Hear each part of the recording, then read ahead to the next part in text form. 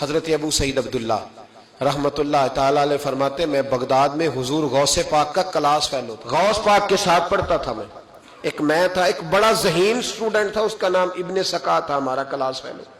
کہتے ہیں بغداد میں ایک بزرگ آئے، شاہ محمد غوث ان کا نام تھا، اس زمانے میں بھی شاہ غوث نام کے بزرگ تھے۔ میں آپ کو کچھ 950,000 سال کے قریب کی بات بتا رہا ہوں۔ کہتے ہیں ہمارا ارادہ بنا چلو اللہ کے نیک بندے کی زیارت کر رہے ہیں۔ ہم چلے تو رستے میں ابن سکا کہنے لگا، لوگ کہتے ہیں کہ وہ بابا آ بھی جاتا ہے غائب بھی ہو جاتا ہے، میں تو ولی تب مانوں گا جب میرے سوالوں کے جواب دے گا، میں پہلے جاؤں گا آزمائش کروں گا۔ یہ جو لوگ ولی کی آزمائش کرنے جاتے ہیں یہ پہلے خود تو دیکھ لیں کہ اس قابل بھی ہے کہ نہیں۔ بھئی میں تو اس قابل نہیں ہوں کہ میں آج تک اس قابل نہیں کہ میں کسی کو دیکھ کے بتا سکوں کہ یہ بندہ کامل ہے کہ نہیں، لیکن آزمائش کرنے چلے جاتے ہیں پہلے دیکھوں گا پھر جا کے کچھ کروں گا۔ تو اتنی پوزیشن ہے کہاں سے وہ نظر لاؤ گے؟ ولی را ولی می شناخت، شیخ سعدی کہتے ہیں ولی کو جاننے کے لیے تو کسی ولی کی ضرورت ہے، وہ بتائے گا کہ ولی، بھائی کاریگر ہی بتائے گا نا بندہ کاریگر ہے کہ نہیں، کہ اناڑی نے بتانا ہے؟ یہاں اناڑی کہہ رہا ہے نہیں یہ نہیں دی ولی، تجھے کیسے پتا چلا؟ فرماتے وہ ابن سکا کہنے لگا پہلے دیکھوں گا اگر میری سمجھ میں، بابے نے میرے سوال کا جواب ہی نہیں دینا۔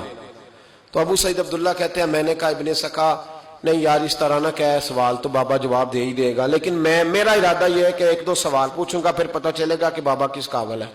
کہتے ہیں ہم دونوں باتیں کرتے رہے، حضور عبد القادر جیلانی اسٹوڈنٹ تھے اس زمانے میں، چپ رہے۔ ہم نے کہا کہ آپ کیا کریں گے؟ کہنے لگے میں نے نہیں سوال کرنا، میں امتحان لینے نہیں جا رہا، میں تو اللہ کے بندے کا دیدار کرنے جا رہا ہوں، تو زیارت کرنے جا رہا ہوں رب کا بندہ سمجھ کے، حضور کا غلام سمجھ کے جا رہا ہوں، میں کوئی امتحان لینے جا رہا ہوں؟ نہ بھی بابا سوالوں کا جواب دے تو مجھے انشاءاللہ اللہ کا بندے کے دیدار کا ثواب مل جائے گا، میں جا رہا ہوں، میں نہیں تمہارے رٹے میں جاتا۔ کہتے ہیں ہم تینوں پہنچ گئے، جب ہم اندر گئے تو بابا جی اپنی نشست پہ کوئی نہیں تھے، وہ چل کے نہیں آئے، اچانک ہم نے آنکھ جھپکی تو بابا جی ہمارے سامنے موجود تھے، سلام لی تو وہ تو جلال میں آ گئے، کہنے لگے ابن سکا تو کہتا تھا کہ بابا کو سوالوں کا جواب نہیں آئے گا، جا میں تیرے اندر کفر کی بو محسوس کر رہا ہوں۔ دیکھیں بزرگوں کے یہ نہیں کہا تو کافر ہو گیا، فتویٰ نہیں جڑا، کفر کی بو آتی ہے تیرے اندر سے۔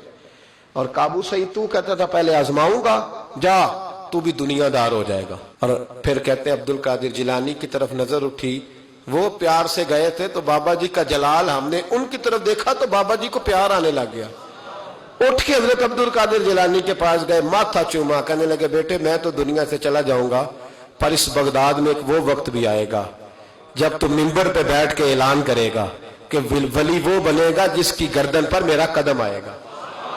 تو نے یہ پیار کیا میرے ساتھ؟ فرمایا بیٹا میں جب تک رہوں گا تیرے لیے دعا کروں گا۔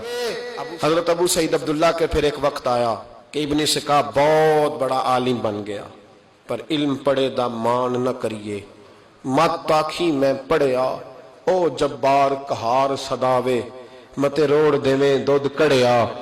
کہنے لگے پھر وہ وقت بھی آیا کہ روم کے عیسائی بادشاہ کے دربار میں ملازم ہو گیا، وہاں کچھ لکھنے پڑھنے کی ڈیوٹی اسے مل گئی اور بڑی ڈنگے مارنے لگا کہ میں روم کے بادشاہ کا وزیر بن گیا ہوں۔ پھر ایک وقت وہ آیا کہ روم کے عیسائی بادشاہ کی لڑکی پر عاشق ہو گیا، کہنے لگا میرا نکاح کر دو، تو بادشاہ کہنے لگا تو عیسائی ہو جا میں کر دوں گا۔ کہنے لگے پھر وہ عیسائی ہوا، پھر ہم نے اس کی وہ حالت دیکھی کہ اس کے منہ میں کیڑے جاتے تھے، اس کے ناک سے نکلتے تھے۔ کیوں؟ بخاری مسلم کی متواتر درجے کی حدیث، رسول پاک علیہ السلام فرماتے ہیں کہ رب فرماتا ہے من عاد لی ولیا فقد آذنت بالحرب، اللہ فرماتے ہیں جس نے میرے ولی سے دشمنی کی میرا اس کے خلاف اعلان جنگ ہے۔ تو جس سے اللہ جنگ کرے، یہ بخاری مسلم ہے متواتر درجے، اللہ جنگ کرے وہ مقابلہ کر سکتا ہے۔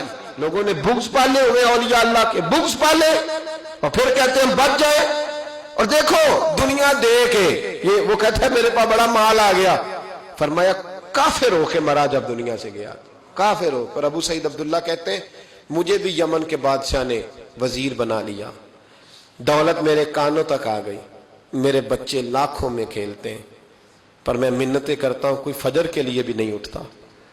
کہنے لگا اس طرح کی میری پوزیشن بن گئی کہ دنیا ہی دنیا رہ گئی، لیکن درد رخصت ہو گیا۔ کہتے ہیں ہم اس کیفیت میں تھے تو اچانک بغداد میں اعلان ہوا کہ غوث پاک جیلانی کا منبر اتنا بڑا ہو گیا ہے کہ دور دور سے زمانہ آتا ہے. اور پھر میں نے اپنے کانوں سے سنا انہوں نے اعلان کیا بھئی ولی وہ بنے گا جس کی گردن پر میرا قدم آئے گا. تو لوگ کہنے لگے یہ کیا ہے؟ میں نے کہا یہ ولیوں کی محبت کا نتیجہ ہے, یہ نیک بندوں کی محبت کا نتیجہ ہے, رزلٹ.